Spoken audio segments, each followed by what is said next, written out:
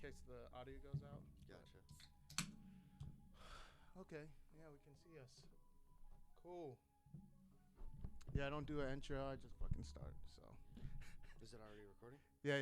I hit. Okay. Yeah, I hope so. Yeah, I hit record. I hope so too. I mean, worst case, I guess we'll just have a conversation and then. But yeah. That's so my whole kind of thing with this. It started out. I was just trying to do. Just to do it, and then like at the first one I think I did, I started talking about like MMA stuff, and then I started talking about Korea, and then it just turned into a thing where it's like now it's like self-therapy, I think. But today, I just wanted to talk to you about, because you got a lot of fucking cool shit going on. Yeah. Let's see where to start. All right, so if you do you mind me? I've told you the story like 3 times about the first time that I met you.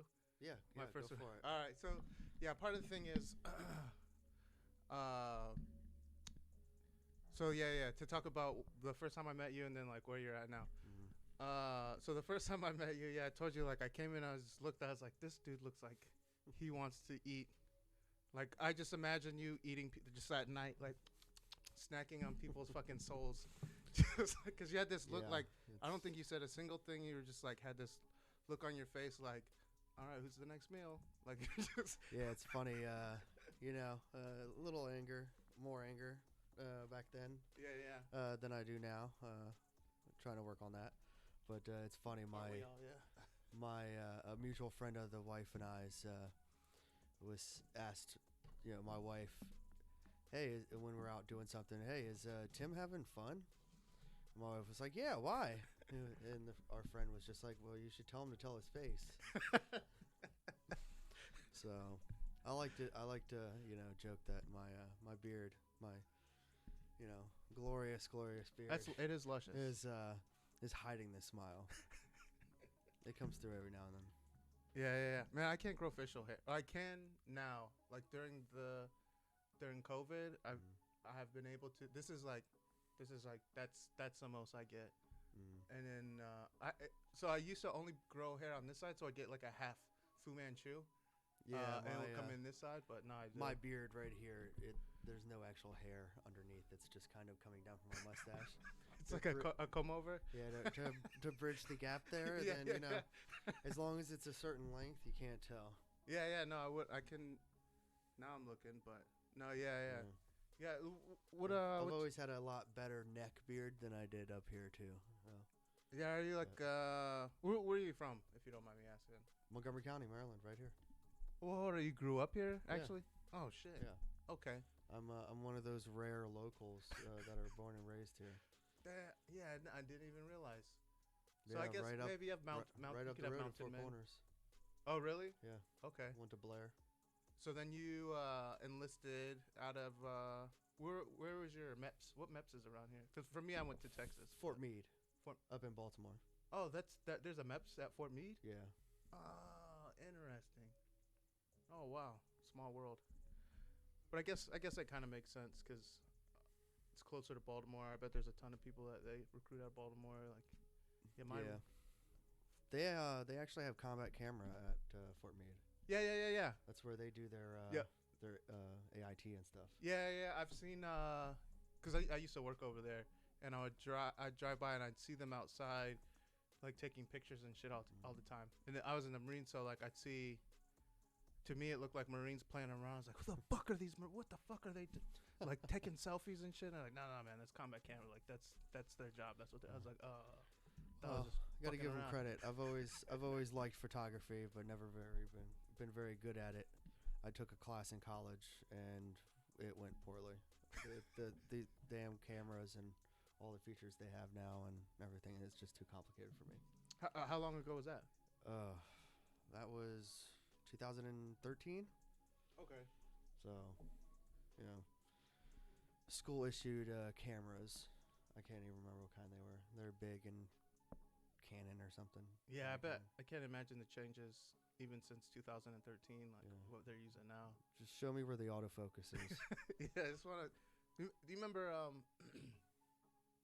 disposable cameras? Yeah. Kodak disposable cameras? Yeah, it's funny. It's funny you say that. the wife's birthday last year, before COVID and everything, shut everything down. We actually got a dozen disposable cameras. Yeah. And put them all around the house for the Nice. party, and everybody took a bunch of pictures. It was really cool. It was a nice little throwback. Oh, that's cool. Yeah, because excuse me. Yeah, that used to be like a big thing all the time. I remember, I think my senior prom, they did that, which that's a risk. That's quite a gamble. I wonder how many like dick pics I got, but I know at least one. I know my buddy did at least one, but yeah, where they have the Kodak cameras and they leave them out, and then everyone takes a picture. You get some good what are those called? Is it candid shots? No.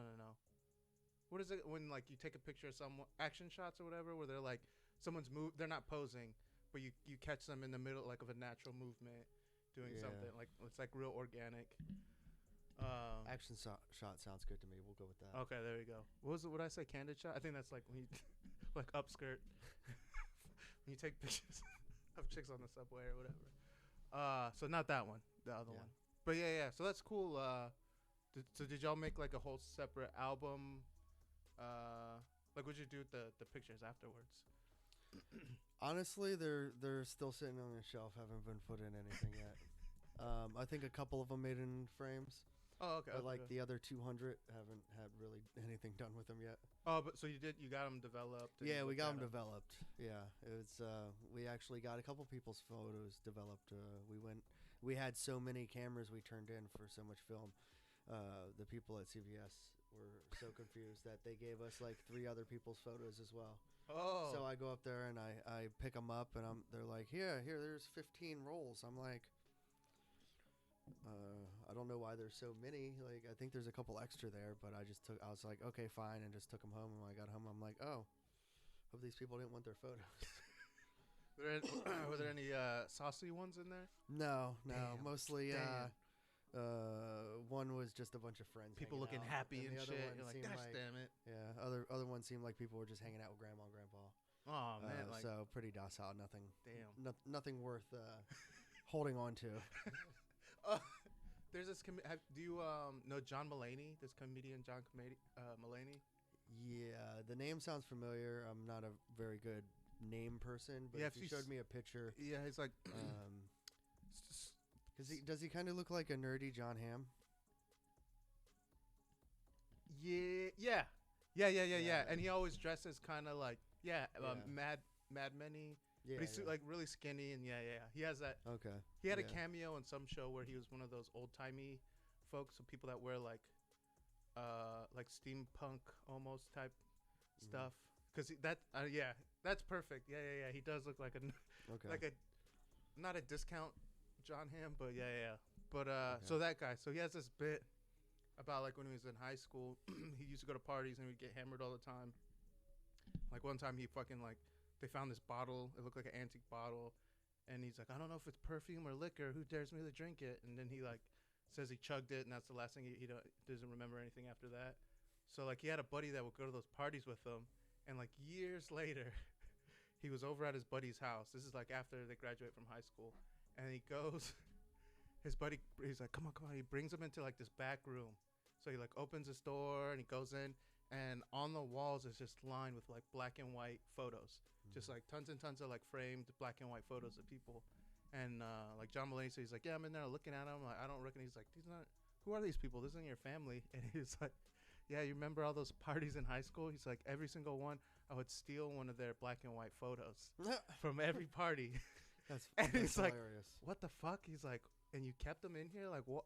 Why would you do that? What do you do with them? And he's like, I don't do anything with them. I just have them. And he's like, why? That's slight serial killer. Yeah, this is warning signs there. Listen to his answers. I took it because it's the only thing you can't replace. That's a fucking psychopath. That's funny. What's that movie with Robin Williams where he works at the photo? 1 hour photo or something? Yeah. It's something like that. I think it's 1 hour. He had the giant mural in his house or apartment with the family he was stalking. Yeah. Like each one of these are my victims.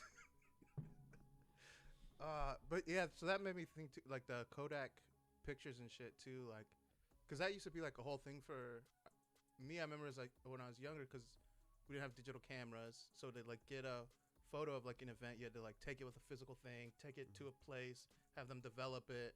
Be like, yeah, I'll come back and pick it up or whenever. I can only imagine. Like, cause I remember in the 1 hour photo one, I think it's that movie. There's a drawer where they're like, hey, if we get any nudes or whatever, he's like, sometimes you'll get whatever pictures, and he's like, oh yeah, I won't look or something. He's like, no, just make a copy and put it in this drawer. So I can only imagine like the photo albums that people that work at those places must have. Like, Yeah, it's that's got to be an interesting ass job. yeah, You know, it's yeah, the some people have no what's the word? Like don't care about their privacy. right, yeah, yeah, They'll yeah. go take some risque No stuff filter. and then take it to the 17-year-old kid at Kinko's and have them printed out and whatnot. It's I'll be. I've done it. I've done I'm it. not yeah. not that open. a little shyer than that. Yeah, I did it, and now that I'm thinking about it, because I don't know if I thought about it at the time, like maybe I was just imagining that they like put the thing in the machine and then it just pops it out and they put it in their little thing and give it to you. But they for sure look at every single one. Yeah, So- you'd figure they'd have to just flip through every one that comes out just for quality Yeah. control. You get a lot of complaints by just taking it out and sticking it right in, but yeah, no, it's who knows? Everything's so damn automated now. Eventually, there won't be anybody behind the counter.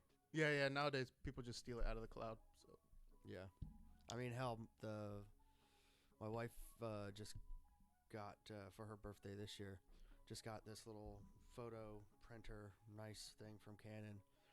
So now we can even do it from home.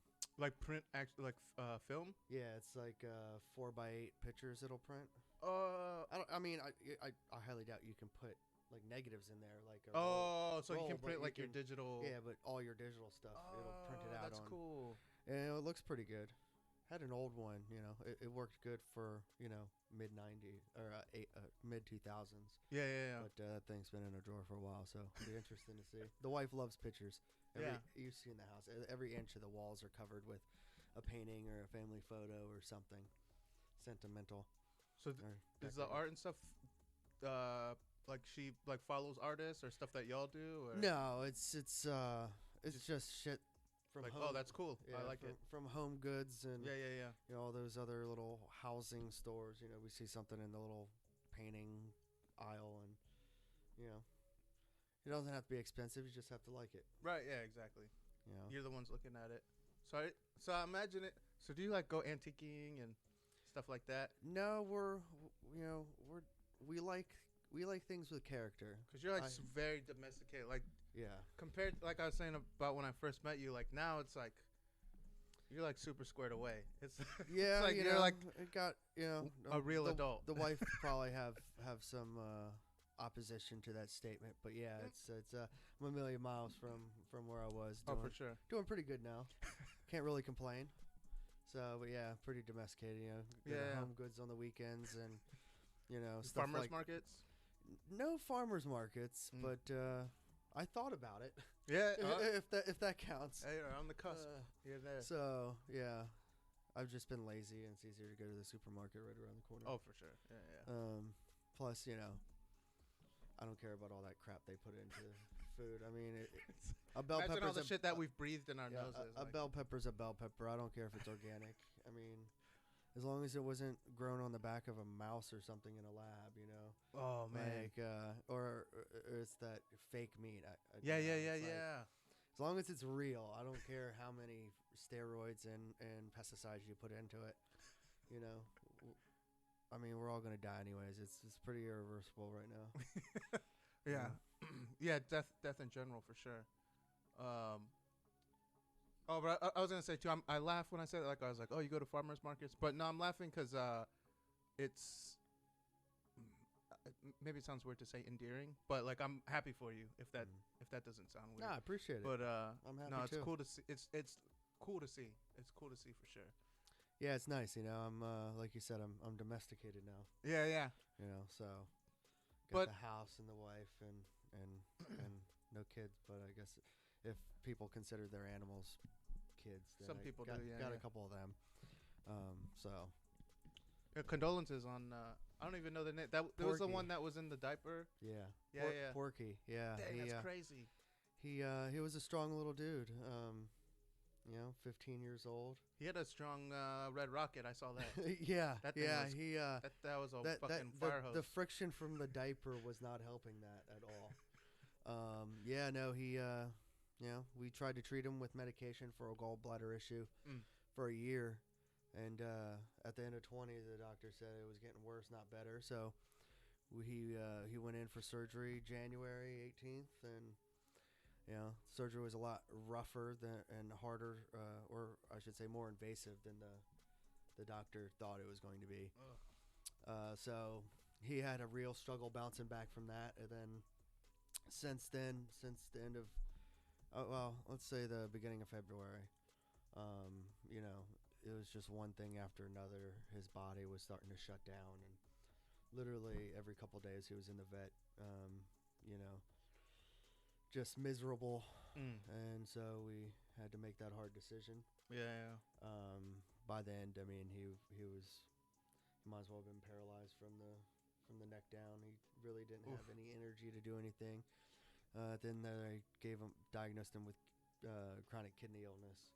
And he was already skinny enough, so when that starts shutting down and ain't got no meat on the bones to eat at, it just goes at the muscle, and you go downhill pretty quick on that.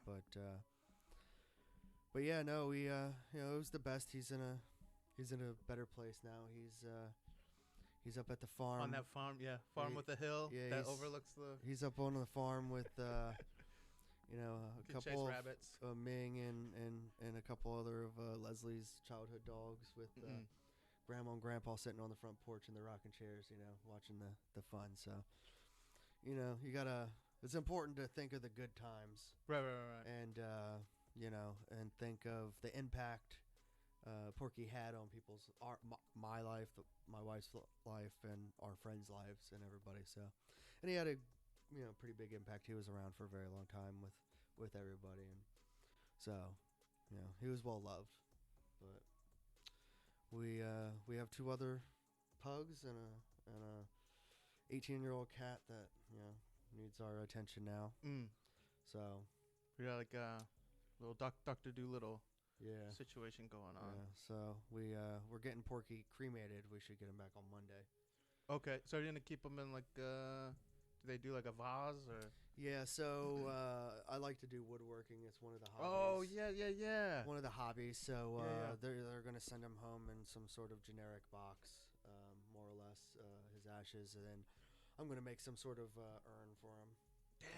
Out in the shop, and I forgot about that. Yeah. Put my own little personal sentimental touch on it. My that's my awesome. dad did the same thing for my grandfather when he passed and was cremated. He made the urn for him, and so your dad does woodwork too? Yeah, he okay. I mean, he does upholstery, redoes furniture and everything as a career, but he's a jack of all trades. He is he can pretty much do everything when it comes to his hands and out in the shop. So that's awesome. Dang. You toss him a pile of 2x4s and he'll build you a very expensive couch that you could pick out in a regular store and whatnot. He's good at his trade, so but now he's always been good at what he does, and he taught me a lot of stuff growing up when it came to construction and stuff like that, so it's a lot of fun. So that's where you picked it up from? Yeah, that and my uncle. So your like whole family is very my uncle hands-on. owned his own construction company. I worked for him for a number of years before I went into the military. Oh, cool. 'Cause I didn't go right out of high school. I was 22 when I got to basic.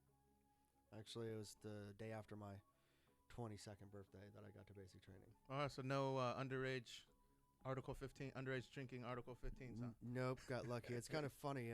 We got to Atlanta too late in the day. The last shuttle had already left for Benning. So they stuck us in a hotel. So kind of got a short little reprieve from the impending fear that we were anticipating, expecting, and experiencing. Get to basic, everything's new, and you have no clue. You're as green as they come, and it takes a while to shake off the nervousness and stuff. So. Oh yeah. But yeah, so we ended up having a good old time. Big group of us in the hotel that night. It was a lot of fun. Dang. So so for the Army, so like the Marines, it's like we have two, what are they? Recruit training depots. I have like Parris Island in South Carolina, and then San Diego. That's where I went. But the Army, y'all have a bunch of them, don't you? Well, the Army for the infantry that I was in. So it can depend on your MOS which one you go to? Yeah. Okay. So there's bases all around the U.S. that train different people in different jobs. Okay. The infantry though, we train solely at Fort Benning. So it doesn't matter if you're in the Army and you're in the infantry. It doesn't matter where you're stationed at in the world or where you're from. You went to Fort Benning for basic training and for what the rest of the MOSs in the military would call, AIT. Right. But you just kind of, at a certain point, they just say, okay, this is no longer basic training. Now you're being trained to be an infantryman, and you never go anywhere. You never change barracks. You never, So, but like most of the other jobs, I couldn't tell you which job is on which base. I know combat cameras at Fort Meade. But that's only because I grew up here and it's right down the road. So, they're all over. Basic training is in a couple different areas for other jobs. I know Fort Jackson is one for people that aren't infantry. Get basic training, and then I'd have to Google it to tell you which MOSs have which AITs, which places, but they're all over there. The country. Oh, that makes sense then, because I always wondered, because I would talk to different people and they'd be like, "Yeah, I went to boot camp here or basic," and like everyone in the Army I talked to went to like different places, and I was like, "What how does that work?" But that makes sense then if it's specific to your MOS. So it's kind of like you go from boot camp or basic, and then it just becomes your AIT, or what do we call it? A school, basically your school for whatever your trade is, your specific trade. Yeah, so usually they go to basic training at, let's say, Fort Jackson is a base where they do basic training, and then you'll get tossed on a bus at the end of that, and you'll get taken to the airport, and they'll fly you to Kansas or something to do whatever, or up to Baltimore if you're going to be a photographer. Right. So, dang, that's cool. So when you enlisted, did you picked your MOS, right? Yeah, that's one reason why I chose the Army when I did. I don't know what it is now, but at the time it was the only branch of the service that you could choose your job based on your ASVAB score. Right. Yep. Because you didn't get to choose your job, right? No, I did. I did. Yeah. What year did you go on? 07. Okay. Yeah, me too. Yeah, I went in September. Well, maybe I just had bad information then. But yeah, they might have been. The other recruiters would be like, no, we don't need any of those. So sorry, you can't be that. Well, regardless, I chose the Army because I like the Army. I had two grandparents that were in the Army. Oh, okay. So cool. I kind of had a little bit of attachment to it, even though the military wasn't ever a thing growing up, or wasn't like a very present thing in my life. So, but yeah, I can't say I ever really considered going any other branch. Full Metal Jacket, the movie is great and everything, but there's always that. No offense to you, there's always that stereotype that the Marines fucking super train robots. Yeah. I'm not no argument. So and then all the other branch of the military rivalry jokes and stuff. So, but every branch has their badasses. Yeah. Some have more than others. Some have less than others. Like I never, miss an opportunity to talk shit on the Air Force because I've met. There's some cool people that I met in the Air Force, but for the most part, they're the biggest fucking babies. So I like to talk shit on them, but Yeah, I mean, you never know. there's some babies in the Marine Corps too, for sure. Yeah, Oh my. I mean, fuck. there's those everywhere. You know. I remember the first time I saw a fat Marine. Oh my god, I couldn't believe it. I was in boot camp. They made us about face. So we were so for us cuz you go like first phase, there's 3 phases, then during second phase is when we go to the range and we like do all the field shit. They might have changed it now. They might have changed that to third phase, but when I was in, that was second phase. And so we're at Camp Pendleton because we're there. We're doing the firing ranges, and we're like doing a hump out in the morning. Now I don't know. Maybe it could have been a corpsman. It could have been Navy corpsman, but because the Navy corpsmen, they wear the same shit as us. But so it was a fat dude in green on green. Like in civilian life, this guy would be fat. Like I remember we're marching and we look, and our drill instructor like stops us and makes us about face, and he was just like, that fat piece of shit. Like he was like so fat. He's like he didn't even want us to see it. He was like about face. So I'll turn around and wait till the dude walks by. Yeah, I was skinny when I went into the military. Oh shit, yeah, weren't we all? And you know, by the time I got out, I was starting to put on some weight. You know, didn't have to do anything for those last couple months in while you're out processing and everything. Yeah, just got to shit bag it up a little bit, put on some weight. But you know, with the weight I have on now, you know, I'm not overly fat by any means. I you know, I feel pretty good for the most part, but I can only imagine being in the military and being overweight. I mean, it just seems like it would just be a nightmare. Everything from, you know, the hazing and the you know just the pain in the ass everybody in your command would be. Yeah. Would just that alone would be unbearable. Yeah, and people talk about fat shaming. Because they have no idea what fat shaming actually. When you're the slow or overweight guy in your unit, you know you get shit on by everybody in the command. Everybody, yeah. Everybody, and everybody, you know, has to get you up to speed. Yeah. So, and you know, I mean, granted, I'm not gonna lie. There was some runs that I wasn't doing so well. And you know, just somebody just simply putting a hand on your back and not even really pushing you, just that slight pressure on your back just kind of gave you the wind to run a little. Yeah. But yeah, and that was bad enough on some of those rough mornings. I can only imagine because I hate exercising. There's nothing more I hate more than exercising. I have a home gym and I don't exercise. I try. Yeah. Occasionally I'll go do it, but yeah, I just. You know what you should do? You should start doing jiu-jitsu. Come to jiu-jitsu with me. I need because right now they're actually the gym's just opened back up last week, but I think they might be doing because you can't like there's no contact unless you have like a permanent partner, so you can. Whatever, but where's your dojo or whatever it's called? It's in DC. It's Beta Academy. Where in DC? It is on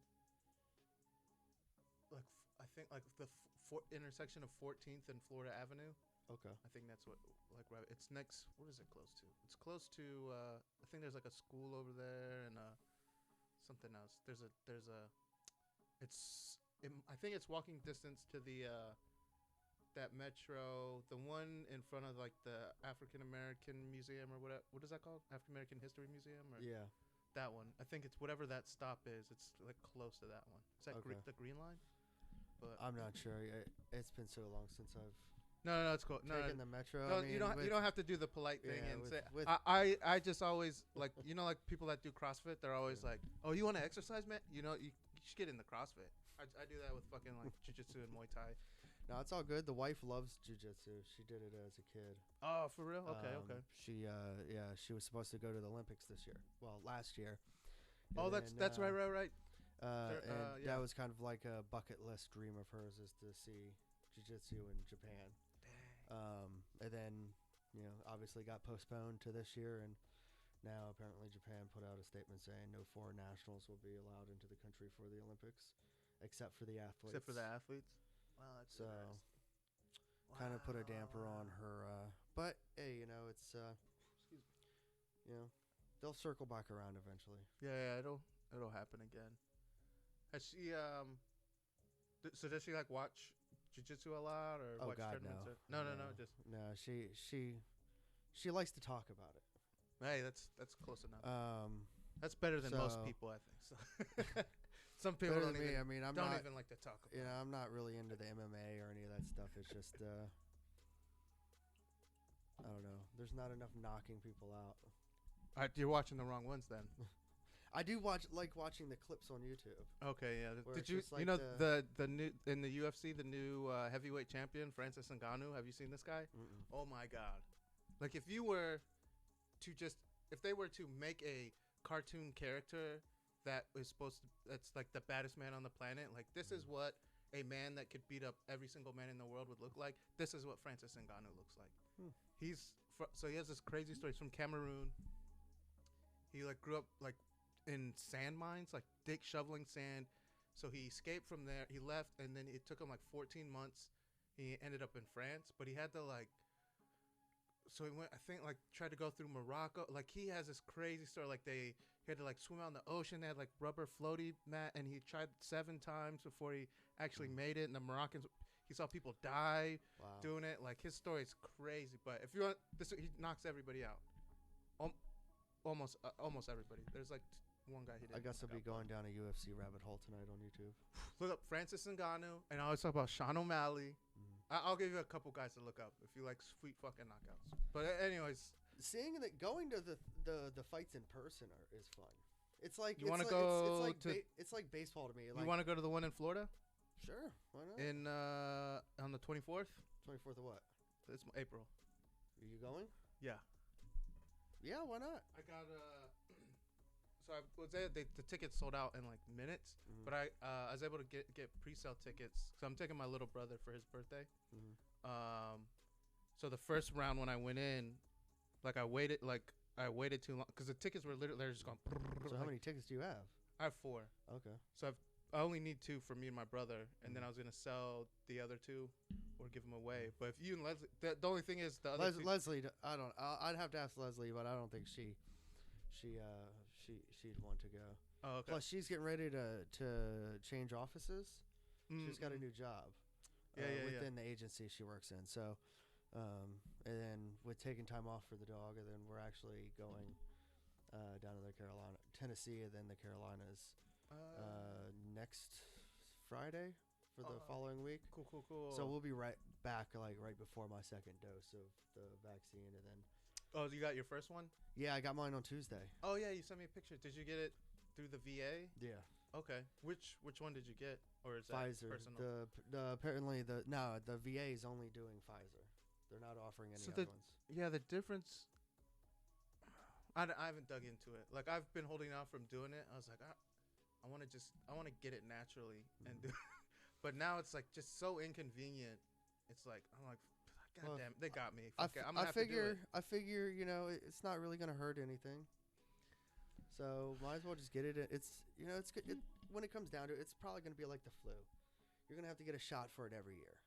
Yeah. You know, and nobody sits there and complains. Everybody may procrastinate and not get their flu shot, but I haven't gotten a flu shot since I got out of the military. And I haven't had one in a very long time either. I got once or twice, but I haven't had one in a very long time. I can't remember when the last time was, but you know, nobody looks actually, at that. I guess If I did that the whole time I was in the military, except for those creepy anti-vaxxers, you know, it's like yeah. Nobody cares. There's like, oh, it's a flu shot. You know, the doctor offers it to you when you go for your quarterly checkup or whatever. You know what I mean? Yeah. So.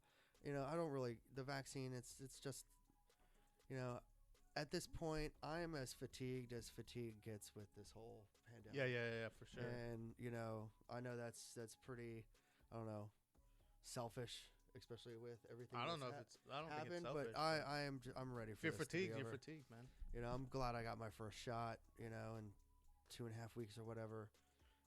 Get my second dose, and then 10 days after that or 15 days after that I'll be fully vaccinated and kind of just live life a little bit more. Yeah, yeah. I'm tired of it. It's driving me crazy. Yeah, no, I agree. When I went down and did the week on the Appalachian, it was so nice. I mean, the outside world didn't exist, and just everybody just had a good time. And Yeah, yeah. Kind of in this bubble, and it's like it was like going back in time. It was things were normal, had some sort of normalcy to it, and whatnot. So yeah, I did. Yeah, I'm glad. That's good we're here. I did want to talk about this too. So there's another one of the things, like the difference in what I've seen, just your character arc, if it was a story. Yeah. But so then you, I think maybe a year or so ago, you started talking about doing the Appalachian Trail. Yeah, I'd say maybe 14 months, maybe a year and a half ago, is when I kind of was like, okay, it's actually happening. I'm actually going to go hike. And it's just been I don't know, for a lack of better analogies, a New Year's resolution that was always forgotten. Right. And pushed off. And so, over the last year, did a bunch of research and built my gear and up and tried to go as light as possible, and started hiking 2 weeks ago. Okay. Yeah. Foot was bothering me before I left, and then started bothering me more. Came off, and apparently I have bursitis in my foot, which is just the muscle on the bone that's swollen. It's more or less a nuisance pain until you hike 10 miles every day. So some ointment and a shot and whatnot. Hopefully that'll nip that in the butt, and I can go back out and hike for some more. And then Porky, went downhill last week, and so that didn't help the situation any. Right. So I guess, and then I was able to get my vaccine scheduled and right. Everything. So I feel like I just keep making excuses on why I'm not going back to the trail yet. But I don't know. It's with everything that's going on, how good of a time I had for the week I was down there, and did that first 52 miles. It was just a blast, and I don't really care about getting to Georgia anymore. Georgia, I started in Georgia. I really don't care about getting to Maine anymore. I just want to go out and hike and have fun, and right. It's just it's great therapy, I think, for me. I mean, I believe it. You suck for 10 to 12 miles a day, and then you roll into a camp somewhere, and there's a bunch of other people just hanging out with a little fire going on in the fire pit, and everybody's making their own little freeze-dried dinner, on their little camp stove that's like the size of a coffee mug. Oh wow. And okay. And just everybody, it's a lot of camaraderie, and everybody's just having fun, and it doesn't matter where you're from in the country or the world. Right. It's like politics in the outside world doesn't exist. It's just everybody's there to beautiful. have a good time and hike and just bond, and everybody's strangers unless you came with somebody, and I went by myself. But the first week I was never alone. I hiked the first day by myself, and I came into the camp, the shelter on the trail, and I got probably a half mile from the shelter area to set up camp, and I ran into another guy. Me and him walked into the shelter together, and we're bullshitting and whatnot, and then a third guy came in, Atticus, and bullshitting with him all day and evening, and by the time we were all wrapping up for bed, to head into our own tents and everything, we're like, hey, you want to hike tomorrow? So that's cool. And then a handful of other people that were there that first night at the same shelter camping area on the trail ended up hiking with a number of them throughout the first week as well. As other guys kind of took a day here and there. So it was a lot of fun. It was great. Damn, dude. Yeah, man. Like, before I said that, I was like, oh, this is cool. Like, I don't know. I feel proud feels like a weird word, but it's like I was proud to know somebody that's like inspiring undertaking. You. Yeah. You're an influencer. God, I hope not. But it was like cool to see, like, people are always like, oh, I'm gonna go on the keto diet, all the New Year's resolutions type shit. So you were talking about it for a while, and then you were doing your prep, and then when you did set off, it was like cool. It's like I don't know. Part of me was kind of like I felt like I was like, oh, I know someone that's doing it. So in like this small way, it kind of felt like I had something to do with it. But like now hearing you talk about it, I'm like, fuck. Now I want to like actually do it. Like I'm. Yeah. The way you talk about it, it sounds fucking exciting, dude. Yeah, it's funny. It's you know, I don't know if I'll make it to Maine this year or not. Who knows? Probably not. It's funny. The entire time I was out there, I was having a great time and enjoying it. But then at the same time, I'm like, why the fuck would I want to do this for 6 months straight? I can just go home every other week and chill, get a massage, eat a steak, come back out. Like, just like, why are you out here? And I'd love to do a through hike. I'd love to, but I think you're gonna do like kind of like chunks of it, like I think at this point it's gonna end up being section hikes. So maybe by the end of next year, or I don't know, maybe 2 years, I'll have the entire thing done. It's 2,190 miles. That sounds like a lot of miles. Yeah, 2,190 miles. It's a lot. So so that's from Georgia to Maine. Yeah. Wow. So my plan at the very minimum this year is to probably hike for a month and a half total. At the very least, like cumulative. Yeah, cumulative. Okay. At the least, you know, I should be able to make a good amount of miles in that time. Yeah. And then next year I'll take a month and a half or 2 months and just hike and knock out a good couple hundred more miles and just knock out a couple hundred miles. Yeah. It's dang, that's cool. It's funny, you know, you wake up in the morning and you're like, oh, and you're nervous and you're just like got this like excited adrenaline type like nervousness. Like every morning you felt that? Yeah, like that's yeah, cool, pretty man. much every morning. And then you get your first mile down and it's just like, okay. That's just gone and you're just walking and it's just it's mind freeing. It's nice. Man. You know. One of these days when I'm on the trail I'm gonna walk off a cliff. Because I end up. I don't think do that. I tend to stare at my feet a lot when I'm hiking. Okay. I just look down a lot, you know. So one day I'm just gonna look up and there's gonna be no like blazes on the trees because there's white like paint blazes on the trees. To mark the trail. Okay. That's how you follow it. And I'm just gonna look up one day. I'm gonna be in the middle of nowhere with nothing around me, no clue where I'm at. Have to push my little SOS button on my GPS. Yeah. You know, get search and rescue. Your home alert. Yeah, my I've fallen and I can't get up button. Yeah, that one. So, you said you hate working out. Did you do any like hiking or exercise or anything to like prep for that? I didn't. You're just like if just got up and you just did raising my arm to yeah, a lot of curls. Yeah, put some beer down my throat. If that carbo counts. Loading. Yeah, if that counts, then I worked my ass off. Yeah. Okay. But no, that's probably what kind of contributed to my foot a little bit. But I make the excuse that it's not because it hurt for like a month before I left. So you know, and I was just sitting on my ass. Exercising is not gonna fix that. Yeah. Fuck it. Know? So yeah.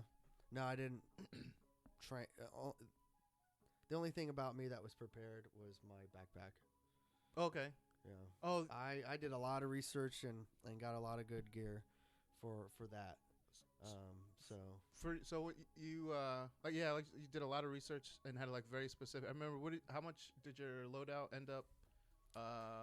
So my total load when I left here to head down to Georgia was 32 pounds, fully loaded with food and 6 days of food and 2 bottles of water. Okay. And then you literally just fill your bottle up out of a creek and put a Sawyer filter on it and drink it like that because it's just impossible to carry. Yeah. Even a full day's amount of water. I mean, you'd get 2 miles and give up. So are you hiking like next to a water source the whole time, pretty much, or for the most part? Well, or I guess at least enough that my experience in the Georgia section at least is that for the most part, I mean, you're not constantly walking with water, but for the first stretch, you're running pretty parallel with a stream, and then the last section I was in, you know, it was sporadic, but it's all on the map. You know, you get the AWOL guide, which is really good information wise, and it shows you everywhere on the map where there's water and everything, and whether it's reliable or if it's occasional or whatnot.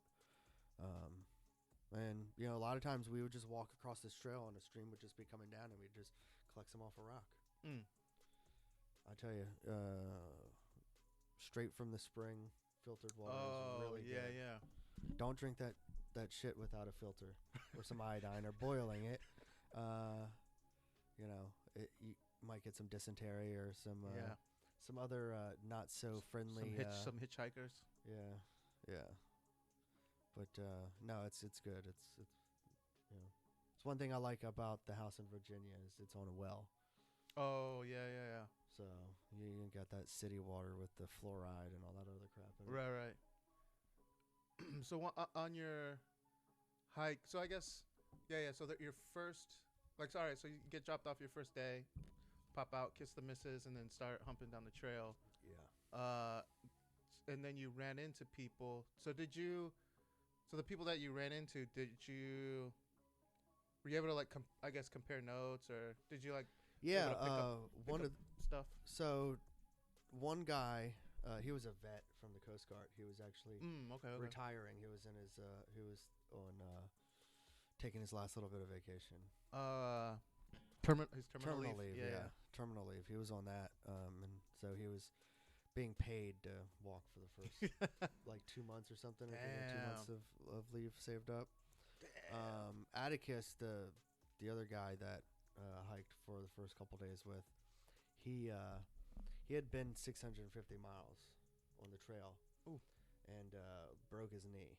Damn. And had to come off. So he was, and this was his third year trying. He started last year, and then he was trying to do straight through. Yeah, okay. he in 19 he got 650 miles before he cracked his kneecap by falling on a rock.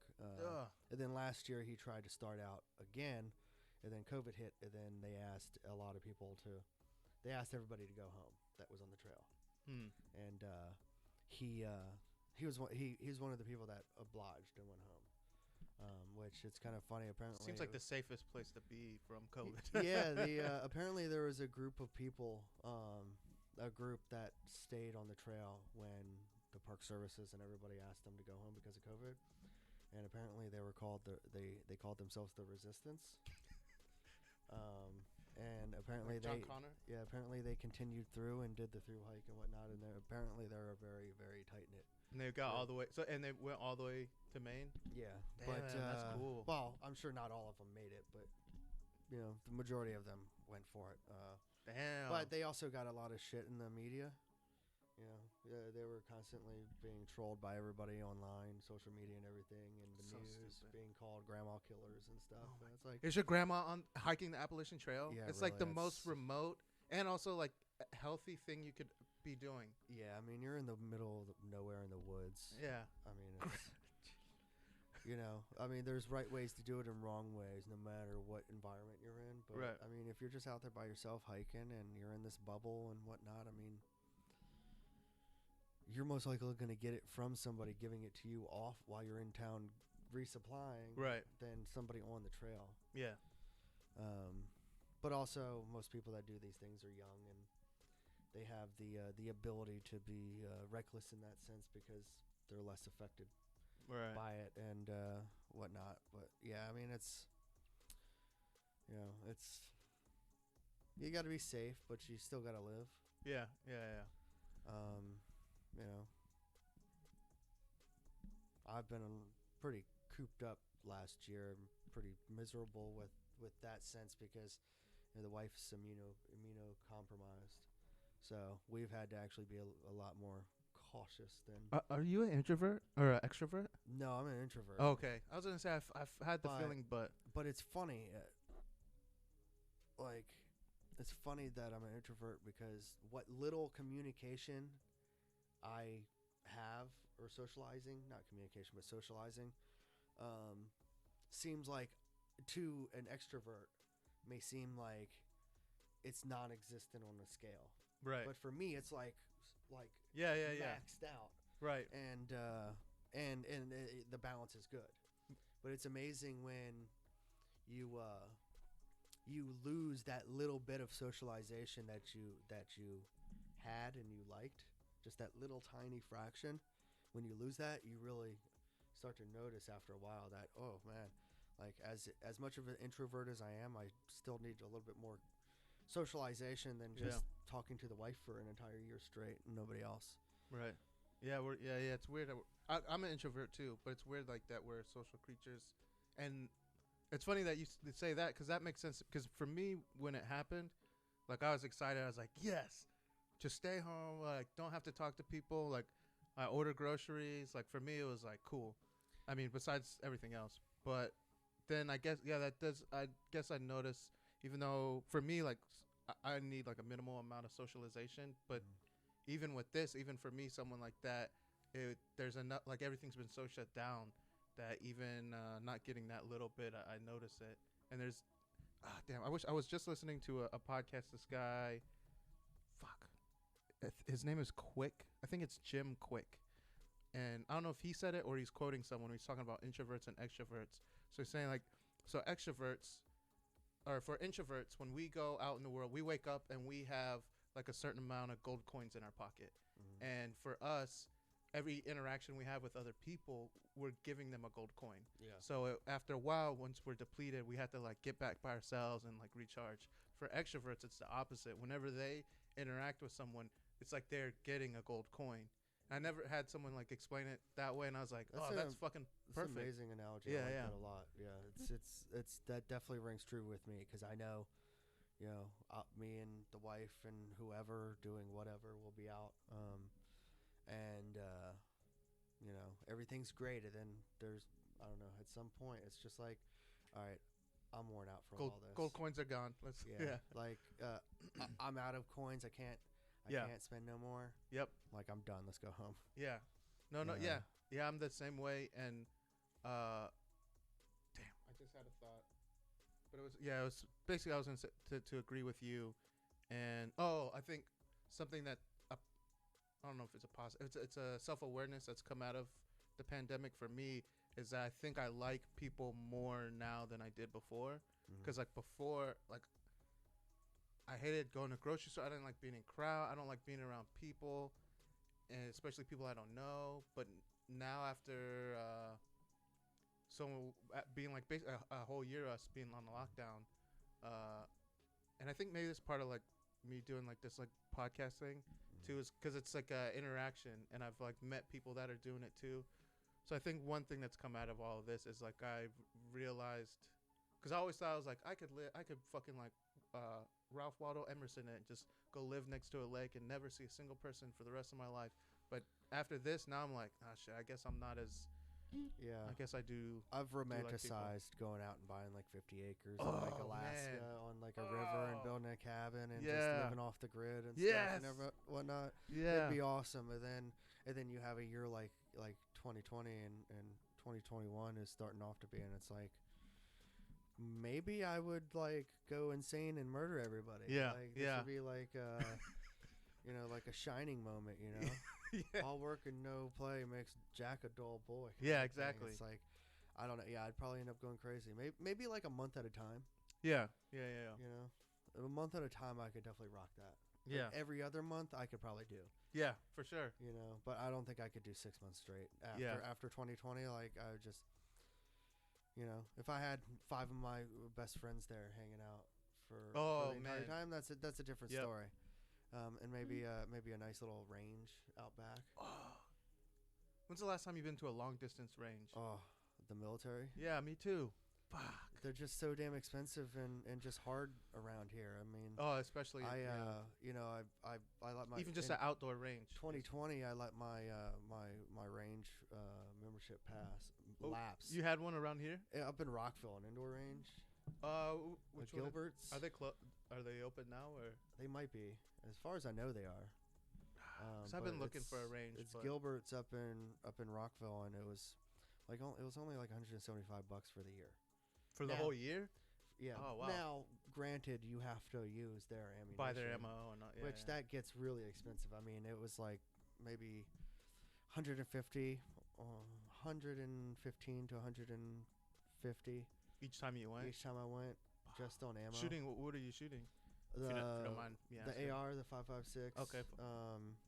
Have a pretty cool carbine style shotgun. Oh, nice.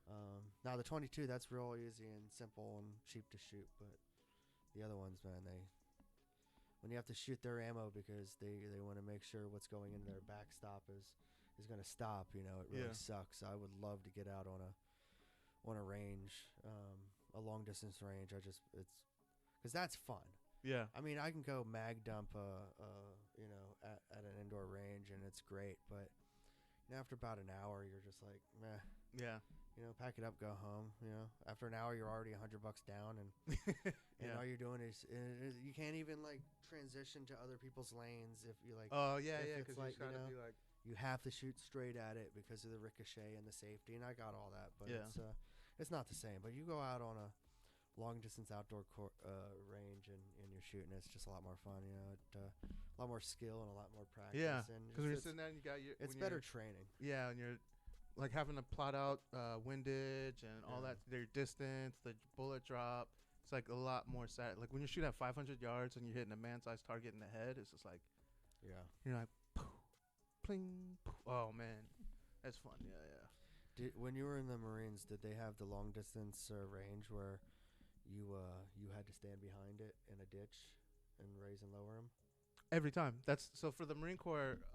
That's how we do it. Like if we switch between being in the pits and being on the firing line. Okay, I wasn't sure. Because we're always in the pits and you gotta like targets. Yeah. And I think like thinking back on it, I'm like, because back then I was like, oh, they're saving money or something like that. But like thinking back on it, they're also training us, so now we know what it's like to have rounds going over your head. So you know what you know what it sounds like, and then you also are like, no, this is just like regular. This is like training. You know what I mean? Because you're just hearing that snap as it goes over. It familiarizes and desensitizes you to the stress of the newness of it. Right.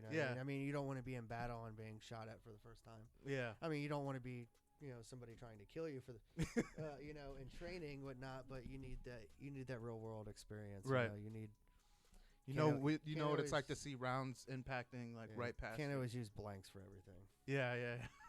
Like it was really interesting when I was in the Army. We would frequently use these the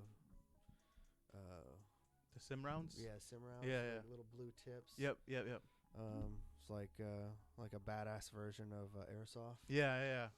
Yeah, that was interesting. Those little things hurt a little bit. Yeah, I never got hit with them, but I knew people that did, and they said it hurt. But we also didn't get to use them. We only for special training packages. That's the other thing too. Like the Marine Corps is super cheap, so those are more expensive than the blanks. I'm not surprised.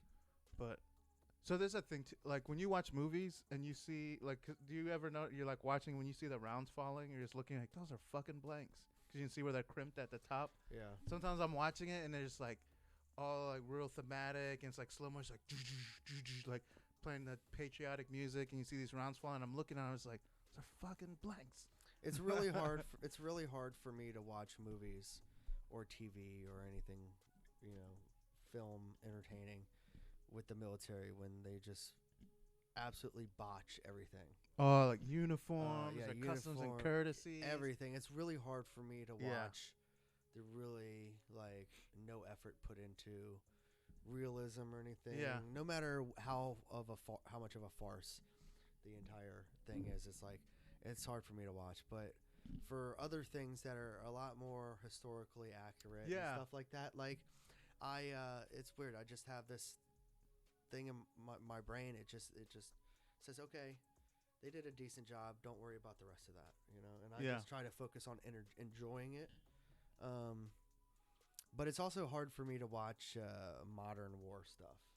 Yeah. Like I'll watch a lot of Vietnam and Korea and World War I and II and stuff like that. But modern war, it's hard for me to watch. Yeah. I don't know. It's N- I have a slight detachment from the previous wars, but this Right. one was ours, and so it's a little bit more personal, harder to watch out. So it's No, yeah, probably more of an unreasonable kind of split. You know what I mean? But hey, everybody's mind works in no. interesting ways. I feel like I'm similar. That's something I noticed about myself. Like before I joined the Marine Corps, because I joined in 2007, so we'd already been doing like 6 or 7 years since 9/11. So I could watch. Like I remember I used to watch this show. They used to come on Fox. I think it was. I can't remember what it's called. Maybe it's called Over There, but it was basically about soldiers that were deploying and then their families that were back home, and I used to watch that shit. But like after I went into after the Marine Corps, and then especially after like actually being in the fleet and deploying and doing like just doing all the regular military shit, now for me, like I can't watch anything having to do with uh like OEF and on. Like before, like I didn't watch Desert Shield, like the HBO series, the Generation Kill. Like I watched that one a couple times. But yeah, I guess pretty much anything that was like during the time that I was in, I have difficulty, like not difficulty watching it, but even wanting to watch it, because there's partially it's like part of me I'm watching it, and then like there's those little things that are I'm like, all right, that's not really how it is, or this is like really fucking like dramatic Hollywood. But then there's also sometimes when I'm watching it, I feel like I'm not like I'm not. It feels like it's happening, but I'm not doing my part. Like I'm not participating. Like I'm not. Like I should be doing something to like. I should have a job. Like I should.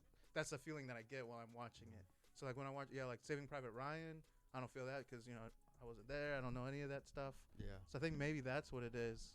But I've actually met a couple vets that are the same way. They've said the same thing. Like they haven't watched.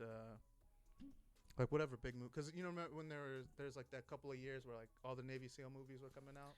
Yeah, was it Lone Survivor, and then American Sniper, and Yeah.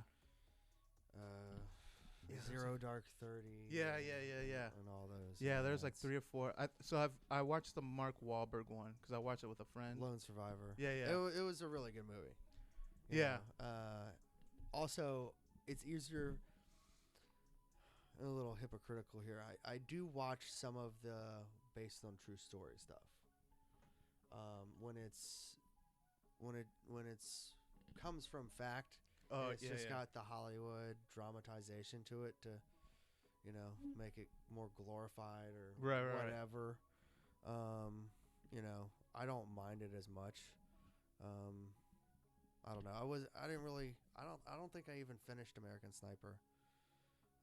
And I think everybody watched Zero Dark 30 because they wanted to see Osama get shot in the face. Yeah, I haven't seen that one. But I think really only one I've really watched is the Zero Dark 30 and the Lone Survivor. The rest of them, no, I haven't really. Yeah, I think I'm pretty much this. I did see Lone Survivor, and then I saw the American Sniper one too. But the rest of them I kind of didn't. And I like watching a lot of documentaries though. Oh man, I love Are you watching any good ones right now or recently? No. I mean, I've been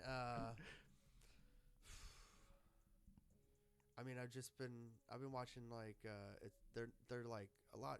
They're like 30-minute episodes, and it's just like on the presidents and stuff. Oh, okay, yeah.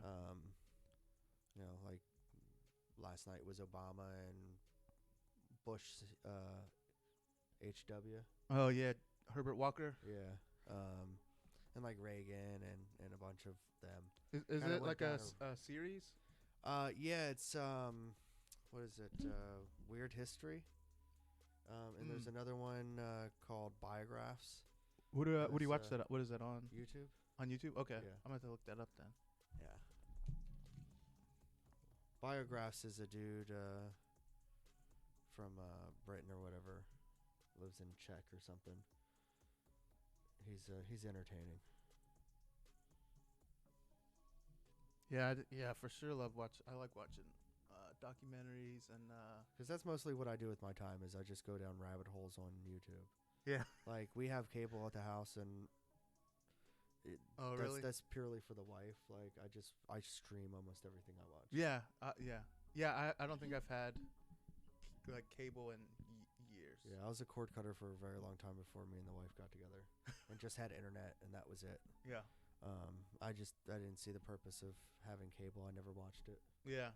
It's like if it's good, it's gonna be streaming somewhere. It'll be on Hulu or get on Netflix eventually. But yeah, when you have Netflix and you have Prime, Hulu. and Hulu, it's like that pretty much nips everything in the bud. Yeah. And then now, I mean, we have like every streaming service. We have Disney Plus. We got Paramount. Oh, Plus, yeah. We have HBO Max. You have Paramount? Yeah, the wife found out they had all the seasons of Real World or something, and she was like, "I have to have it." I was like, "Hey, that bad reality TV is her guilty pleasure." Yeah, yeah. Oh man, I remember. So when those came out, those were the shit. Like everybody wanted those, but no, I get it. Yeah, I'm sure. Yeah. We all have our things that we watch that other people are like, what the fuck? I mean, I watch my own bad reality television, but it's all like HGTV, DIY home building. Yes. And stuff like that, where, they've got that. There's a home bullshit buying people's Hollywood spin on it, where, it's like, where none of it's actually real, except for at the end, you actually get a real product they hand you.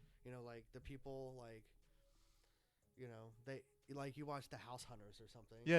And like they're like, okay, you see a handful of houses. Well, when they start the episode, they've already bought a house. Yeah. And they're just going back and showing the other ones for effect. Wait. Hold on. So when they're hunting houses, they've already bought one. Yeah. And then they go through and reenact like, yeah, I don't know about the space in this one. I would like to have more light on the northern side. Most home shows like that What? on TV. They Bear Grylls us? Almost all of them. Almost all of them, as far as I know. Like even those twin brothers, those tall motherfuckers. I never was into that show, so I'm not sure. But yeah, most of them, they already own the houses, and they literally just go look at other houses for screen time. No. Damn. Yes. But the thing is, like Santa's not real. I can get past that and say, okay, well, even though there's all that theatrics that is unnecessary, yeah, I still get to see a finished. Yeah, it kind of feels like you're still going on the journey. Yeah, I mean, you still get a physical thing in your hand to hold that was made. Well, maybe not in your hand because it's a house or whatever. Right. Yeah. But like you can stand. It's tangible. Yeah. It has monetary value to it. Right. But like these other reality TV shows, like Desperate Housewives and all that Jesus. stuff. It's and like I can't. Real Housewives of whatever town they're in. It's just like they're just paid to be dramatic.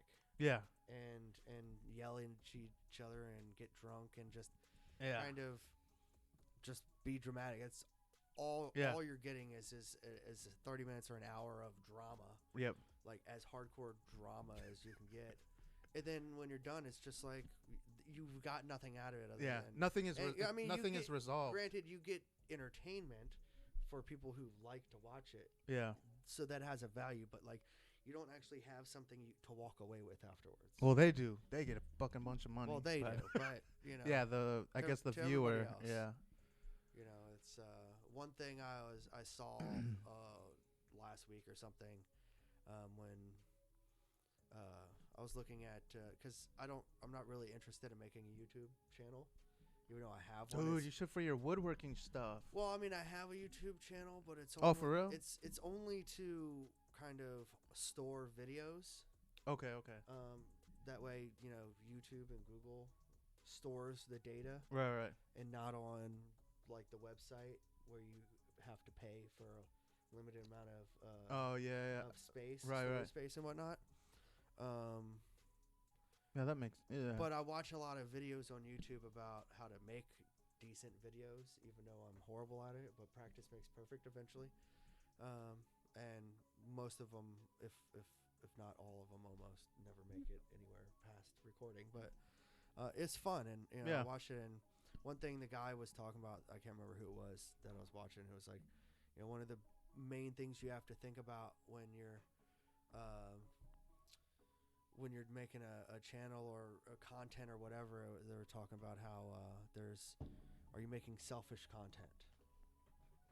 Or are you making... is that like making something that only you would watch? Or Yeah, pretty much. It's like, I want to go surf in Maui, so you get to come watch me, and I'm going to film it, kind of thing. Compared to some people watch compared to being like more teaching, or entertainment. Okay. Because it was it's like you have like, are you teaching something, or are you entertaining?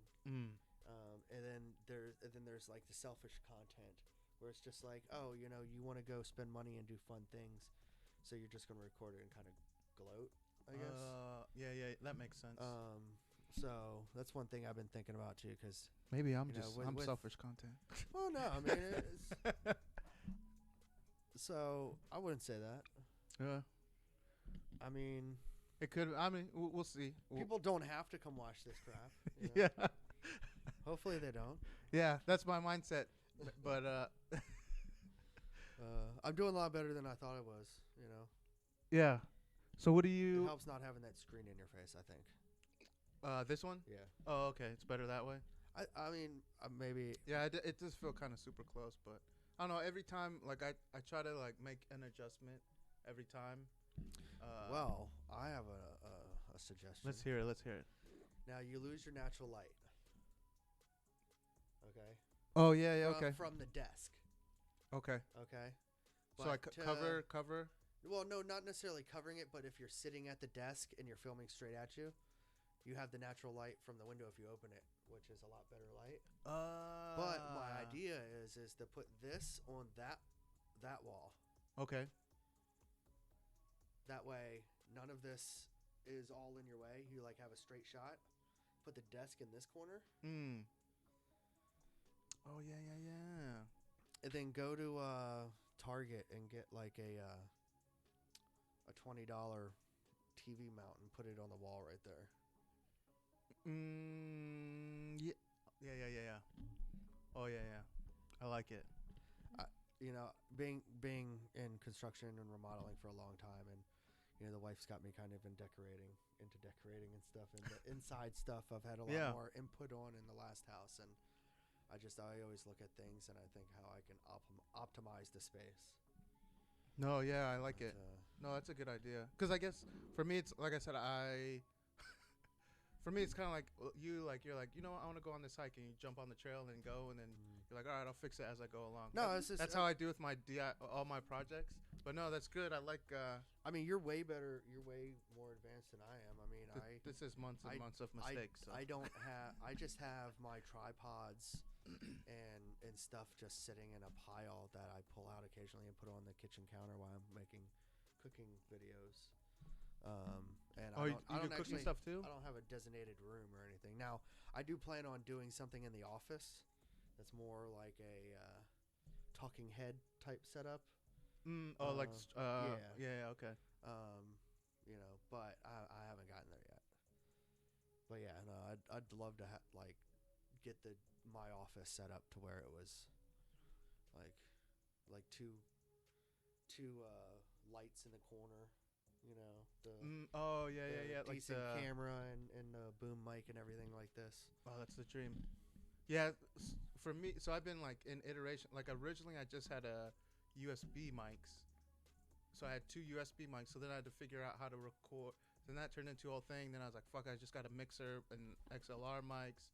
So like as I've been going along, I've kind of figured out. I was like, oh well, that sucked the way I did that, and then just upgrade every time. Well, but I mean, that's I moved I moved this that's from here to here to set it up. But yeah, I'm trying to think. I guess the only thing would be. Yeah, I guess it's all. I need to upgrade the camera and the positioning. But yeah, I like it. Well, what's this recording at? 1080p or something? I believe. Yeah. It's supposed to be. Hey, if it works, it works. Yeah, I think it was A lot of thing I'm seeing is it's like, oh, develop all your other gear, and then when you're before ready, the camera. yeah, then when you're ready and you know, and then when you're ready to upgrade and become more better quality video and everything, because the camera is one of the biggest investments. You know what I mean? Yeah. So you know, you get a nice setup, and then you get a decent tripod and stuff, and then you have this nice setup, and then all you have to do once you get confident enough to spend the money on a decent camera, so all you have to do is pop Just put it the in, new camera right on your nice tripod. Yeah. So, you know, I don't know. I've been getting stuff here and there. You know, I just ordered a bunch of stuff for the GoPro, and you know that's a cheap way for me to record. Right now for multiple different applications. You know, I can, in the new GoPro, I just got the newest one, the 9. You know, I can shoot in 5K. Ooh. Damn. And so, you know, I can use it for just setting it up on the tripod on the counter while I'm chopping, you know, vegetables and whatnot. And then I can also take it out and go be active with it and stuff. So I really like that. Now, it's not the best camera for filming, but it's also way better than a phone. Right. Yeah. And then it allows you to have your phone as a second camera. Yeah. Like, Yeah. Especially when you're filming by yourself and you don't have a number of, like, maybe 2 or 3 people there to have different cameras and phones and whatnot.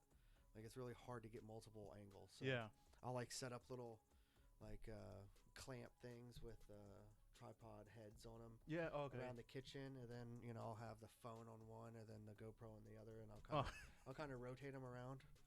Oh wow! Get the multiple angles in there.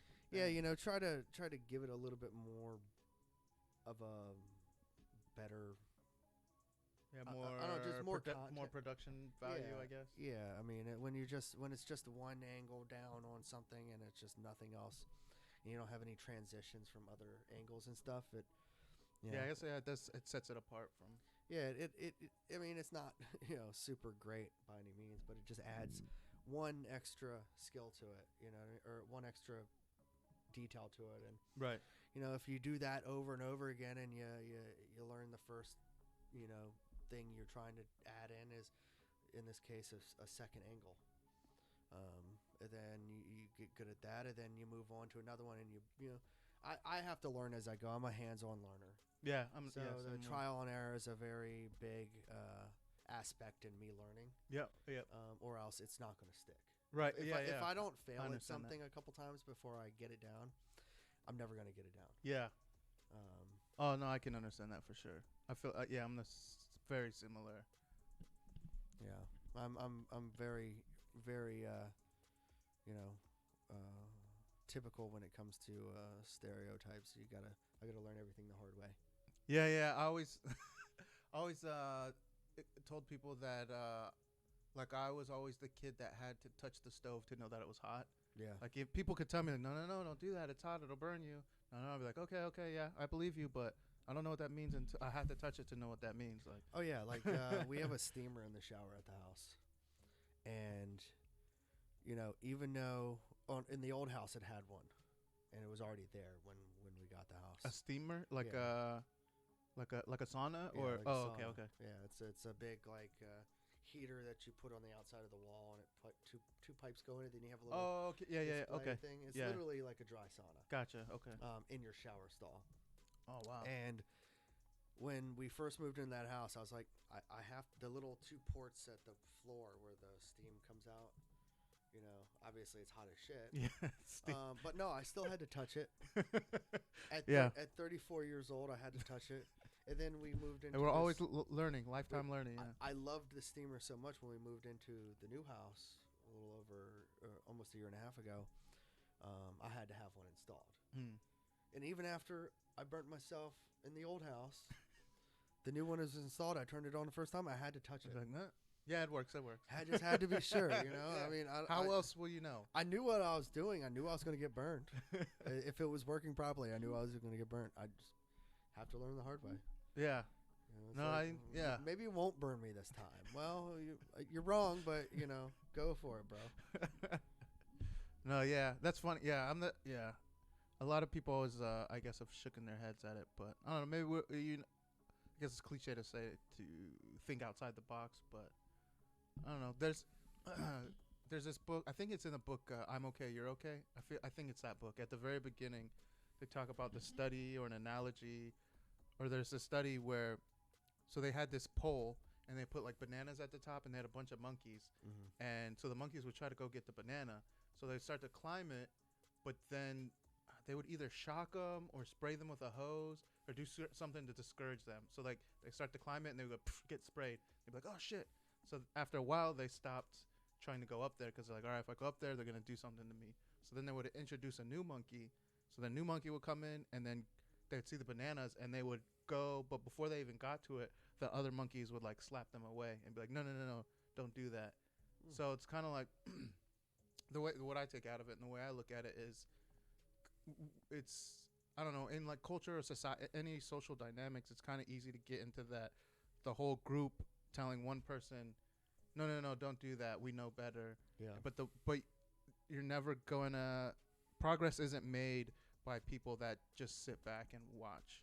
It's like you have to you have to make mistakes to figure out, to find the path kind of thing. Yeah. Absolutely. So that's my justification for us burning ourselves. So. But well, you never know. I mean, they may be lying. It may not be hot. It may be really cold. Yeah, you never. So you have to touch it. You don't. Yeah, you don't know.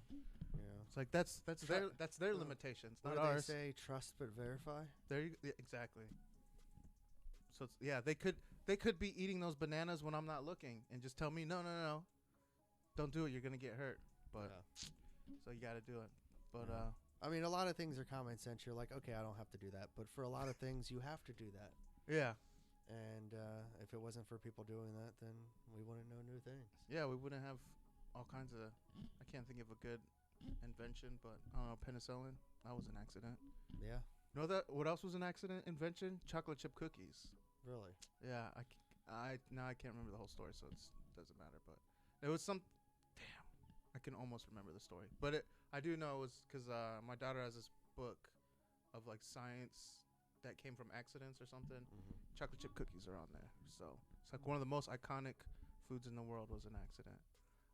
But yeah, we're getting close on time. I did want to talk to you about so since you got like a million things going on, you do your woodworking, you're working on the hike, and then also you started a nonprofit. Yeah, we incorporated last year, summer of 20. We incorporated, so currently we are a for-profit company. We're operating as a nonprofit. We're just waiting to get our application in to the IRS and give our 501c3 status. So we're a legally established company now, but we're actually not going operational until Veterans Day of this year. Okay. So November 11th of 2021, we'll actually start providing services. Right now is a lot of building the brand, getting a slight... What's the name? A Helping Hand for Vets. A Helping Hand for Vets. Yeah. And then, so yeah, I know you're on Instagram. Yeah, we you have a website? Instagram. We have Facebook. There's a Twitter account, but we haven't really added things unless I do it from Instagram, which automatically uploads to Facebook and Twitter. And then the website's, www.ahelpinghandforvets.org. Okay. Boom. Not a whole lot of content out there right now, but like I said, we're not operational yet. We're trying to build the brand a little bit of online presence and presence and whatnot. That way, it's not just like bam, blank everything. So what? So you say you're gonna, when you go operational, you'll start providing services. What kind of stuff are you looking at doing? So a big aspect of what we want to do is provide cooking classes, virtual and in person, for veterans and their caregivers. And we want to make it a point to involve caregivers as much as possible. That's a big one. Because a lot of veterans, everybody likes to eat and everybody needs to eat. Yeah. But a lot of people out there, they you know, whether it's them or their caregiver, you know, that they're just, some people just either don't know how to cook or aren't good cooks. Yep. And so if you could teach, you know, some of these people a couple skills and help them build on it, it will, and in improving the quality of food people eat will provide a better quality of life. Yeah. Because, you know, I've always loved cooking, so this has never been the fact for me, but I've seen numerous people that I served with in active duty and afterwards and whatnot, where they have one plate, one bowl, one cup, one fork, one knife, one spoon, one pot, one pan, you know, one of everything, of the bare minimum you need to make mac and cheese. Right. You know what I mean?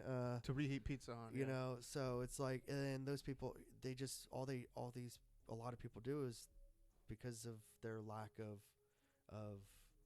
skill or whatnot in cooking and whatnot, they live their entire life off of microwavable meals. Yeah, or so fast their food diet or delivery. matches.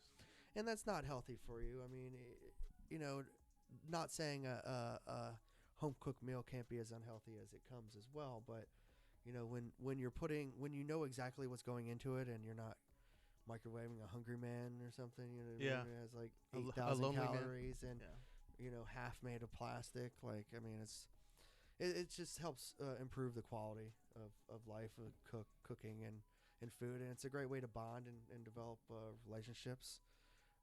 And I love cooking. My mom was always a great cook, and I you know, used part of my GI Bill to go to culinary school before I switched over to. Oh, really? Yeah. Fuck, I didn't know that. Total I've done 3 years of culinary school. Damn. Okay. But you I did that around here? Yeah, I did Allegheny College of Maryland up in Cumberland. Small little school up there. Then I did a little bit of 2 years at the Art Institute.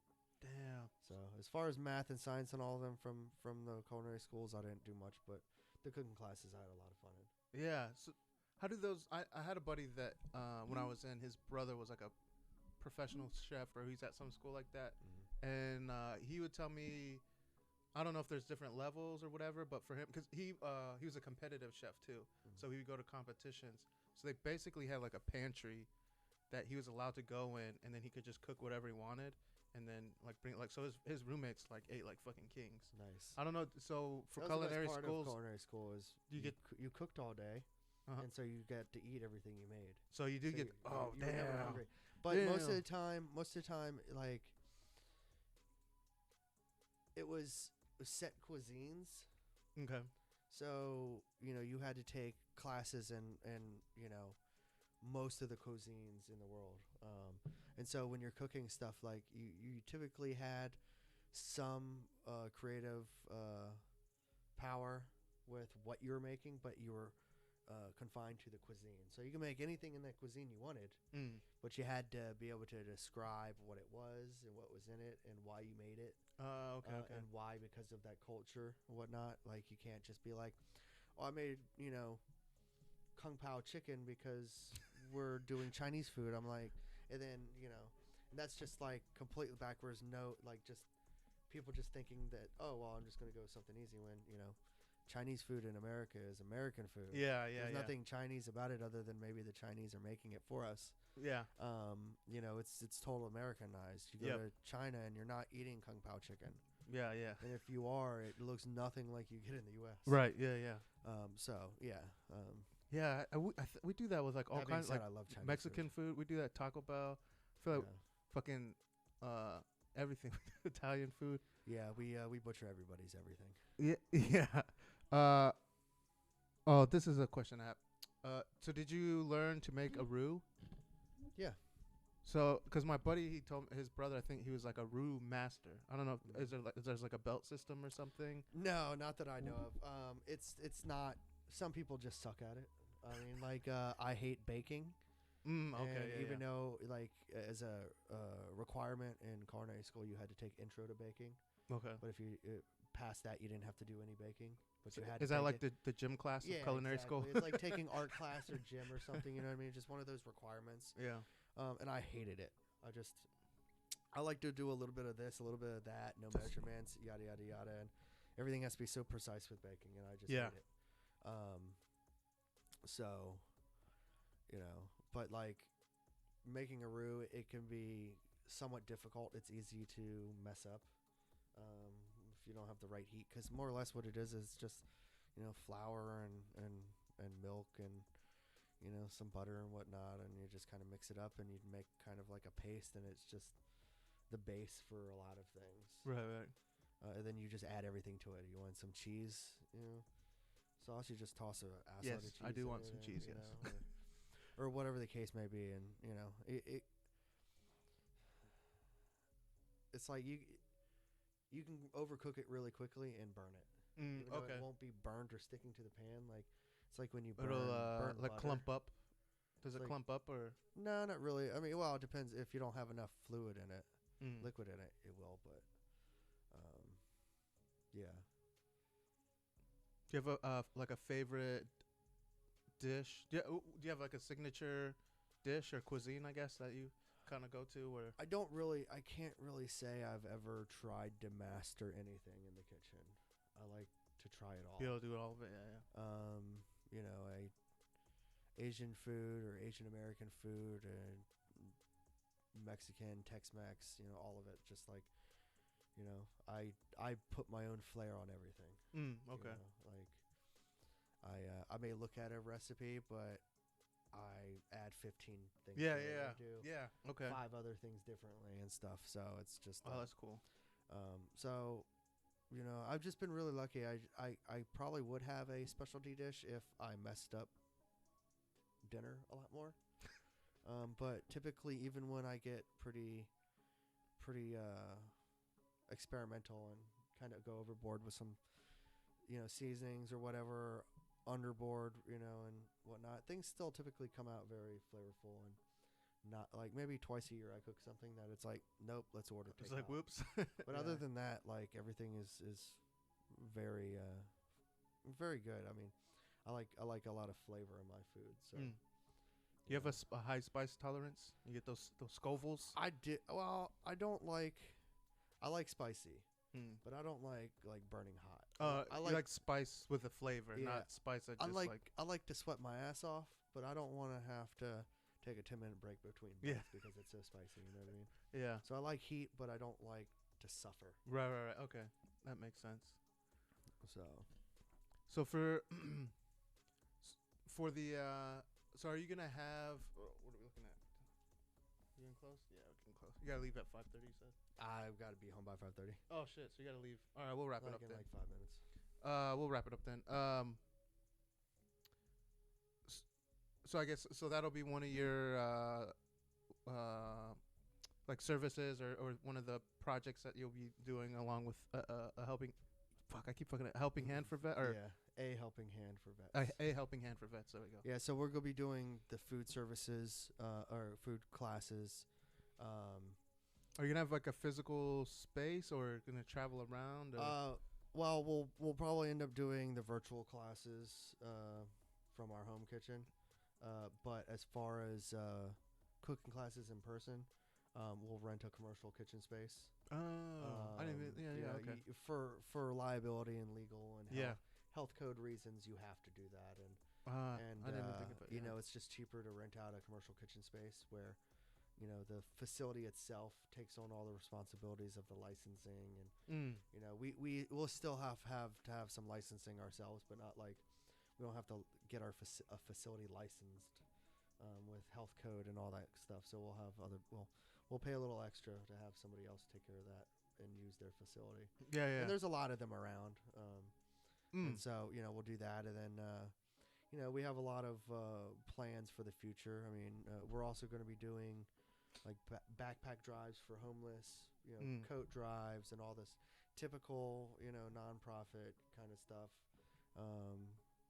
Also like to work a lot with the homeless. And then our COO, Nikki Safel, she works a lot with foster youth and whatnot. So she would like to add an element of foster mentoring That's into cool. the organization. So, not starting right off the bat, but maybe in a couple years we'll transition to that. And then the big goal down the road is to, get an entire apartment complex and Oh, like have actual. have transitional housing with A to Z program from start to Damn. finish and take you from, off the street or whatever situation you're in and send you through kind of a Job Corps type program, I guess it would be. Oh yeah, yeah. Okay. And therapy and all that stuff, and then Damn. hopefully put you out on the other side with a job and Some skills. yeah, and a permanent living arrangement. Damn. So, Yeah. and then have them transitional housing in our facility as long as it takes to get them into a job and then into their own place. Things aren't done in a day.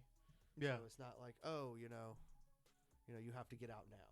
Right. Right. Right. Yeah. Oh, you've been here for a year. Like, your time's up. Sorry, you have to clear space. Like, we want to be a lot more flexible than that. Yeah. A lot of programs Life out isn't there flexible, are like yeah. that, and it's just like, oh, you've used up your allotment. Now you can't have any more. And even though you're nowhere near the place you need to be or the level of support you need or whatever, even if they're still homeless, they'll be like, oh, you went through a year of this program and you're so that's all we can give you, and so now you go away and they have nothing else for you, and it's there's a big issue with that where it's Right. like, Yeah. and it I understand it, Yeah. A matter of for resources and a the lot of. most part, Yeah. things cost money, and there's a lot of people out there that need the help, and you want to try to give everybody at least a little bit of help instead of a couple people all the help. Right.